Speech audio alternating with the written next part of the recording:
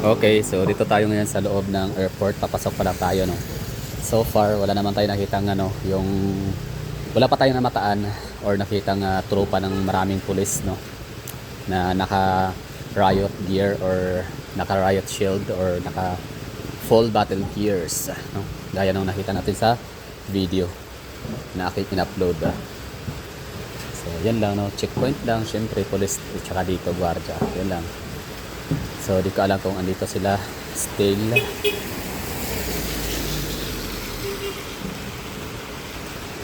So, baka nasa unahan sa loob. Tingnan natin. Ayun, no, wala pa rin. So, dito yun eh. Nakita natin kahanin na sa video. Dito na area yun. May mga police patrols and mga kapulisan na naka riot gears.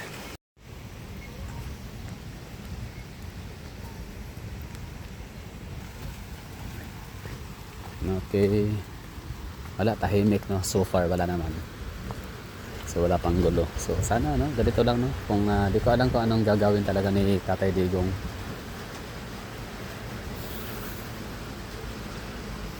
Na pagkalapag niya dito, no, kung uuwi pa, kung siya pa man ay uuwi pa dito.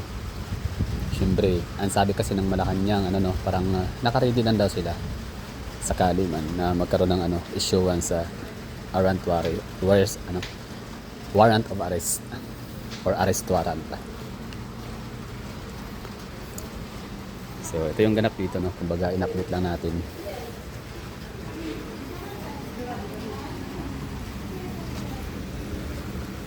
So dito sa Davao, busy ang dito, airport natin. Busy ang airport namin, no. So para sa mga hindi taga Davao or hindi pa napunta ng Davao, so just so you know na Davao City is busy dito kapag gabi sa umaga. Pagka-araw hindi masyado.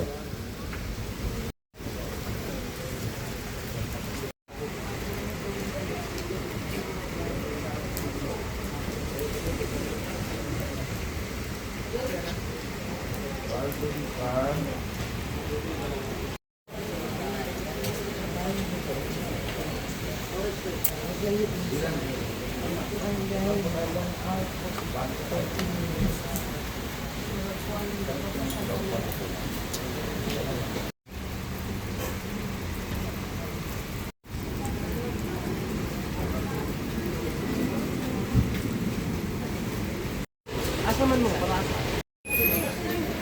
Wala nga langit dyan, ma'am. Wala langit. Ma, Tama na kayo tapos na kami buat pedestrian ikaw.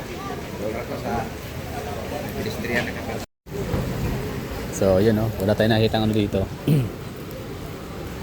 Mga kapulisan. Yung nakita natin sa video, yun ang na medyo alarming, no, na masabi natin mukhang may laban, no, na magaganap pa. Pero ano yan eh, Cymix kasi yan, Cymix or simulation exercise, no?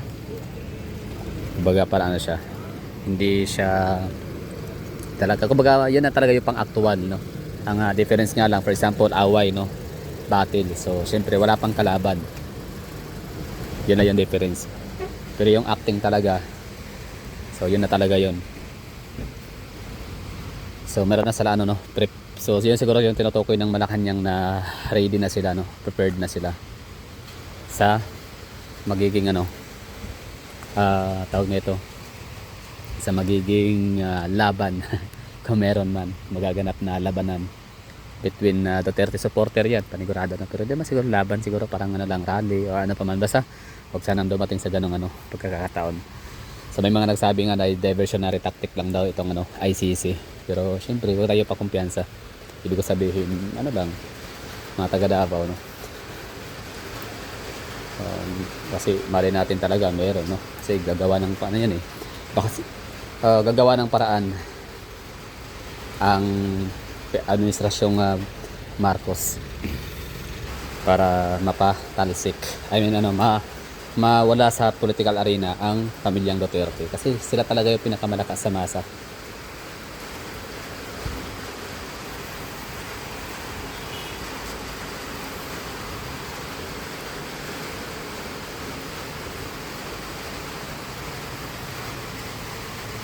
wala no, tahimik. Peaceful, okay lang no. So ito nga, dito pa rin tayo sa ano no, airport. Bali, meron akong nakita dito na post no about Harry Roque, Attorney Harry Roque. So meron din siyang sariling version ng kanyang meron siyang sariling version no tungkol sa report na ano nga, warrant of arrest papuntang laban kay Pangulong Rodrigo Roa Duterte. Sabi ni Attorney Harry Roque, nakatanggap din daw po siya ng report na galing din sa isang reporter na meron daw talagang warrant of arrest na ihahain para sa kay dating presidente Rodrigo Duterte, pero hindi galing sa ICC kundi ito daw po ay para sa kasong incitement of sedition. Ito ang sabi niya. So ito ay nakapost 8 hours ago. So wala tayong nakita dito ng mga kapulisan. So yan na nga, bali practice, ensayo sila. Tapos ng ensayo ay magkakaroon na talaga ng actual na paghuli. Okay, actual na paghuli. So yun bali labas na tayo dito. So yun lang. So ibig sabihin pala, maaring na talaga tama yung ibang mga commenter or mga commentator sa comment section natin na drama lang talaga daw to palabas na ICC, pero pala galing sa Malacanang. Di ba? So lalo magkakagulo kung gano'n Siyempre, hirap kalabanin ang Interpol pag gano'n, pero kung galing sa Malacanang kay PBBM, siyempre kaya natin yan tayong mga botante, tayong mga constituents, taxpayers, Filipino citizen. Ang kapangyarihan talaga sa Pilipinas, ang may kapangyarihan is tayong mga botante. Parang maglakad na ako kasi ako highway lang naman ako, so nakapila sila na matagal para sayangin ang kailangan pagpila ng matagal. Di ba? Kasi labas na tayo kakain lang sa Jollibee. Pero pwede rin, why not? Sabi naman dati pwede daw sa tapos yung update natin dito. Kumbaga pinakita ko na sa inyo yung ako as lang, out of curiosity. Gusto ko lang tingnan talaga kung andito pa rin ba. So far wala na. So mamaya abang-abang tayo ng magiging news update.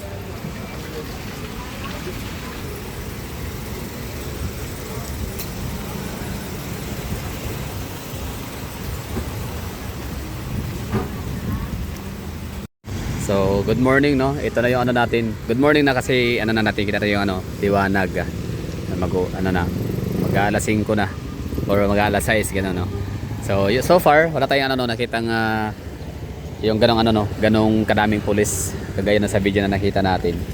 So ako kasi bilang curious talagang minabuti kong pumunta talaga dito, magtungo sa airport para makita ho natin talaga yung kalagayan ng lugar, kung kagaya ba siya nung dati sa kay Pastor Apollo Kibuloy na tension, komosyon na talagang ang daming mga kapulisan. Tapos yun, nagwawala na yung mga member ng QOJC kasi nga kayo ba naman ang haharasin. So nagkakagulo talaga ng time na yon. So inisip ko na parang magiging ganun yung set up maraming mga may batalyon sa loob ng airport, at hindi lang sa loob, maging dito sa labas na kapaligid. So far okay naman seems to be normal. So tingnan natin. Basta sabi ni Harry Roque ay meron daw siya natanggap na report na galing sa isang reporter na meron daw warrant of arrest na para kay dating Pangulong Rodrigo Duterte, pero hindi galing sa ICC kundi galing sa kaso na incitement of sedition, parang ganon.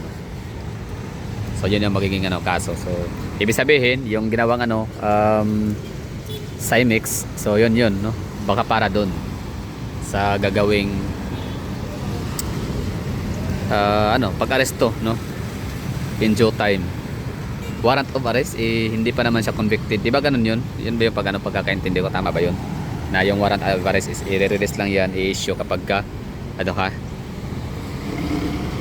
okay, basta yun na yun hindi sa ICC. So possible yung mga nasasabing fake news, yung sabing ICC ang huhuli or mag-aaresto, so maaaring fake news nga yun. So maganda kung gano'n kasi kung galing lang din naman sa State of the Philippines, okay lang yan kasi pwede naman madaan yan ng maraming mga abogado galing sa Pilipinas, tapos ang mga tao mismo people power. So people of the Republic of the Philippines talaga ang pinakamakapangyarihan dito sa ating bansa. Sa individual, siguro pinakamakapangyarihan na tao sa lupa ay si PBBM, di ba? Yung presidente. Pero kung tao na yung yung kikilos, so syempre talo din siya, no? Kasi tao nga, people power yan, no? Wala makatalo diyan.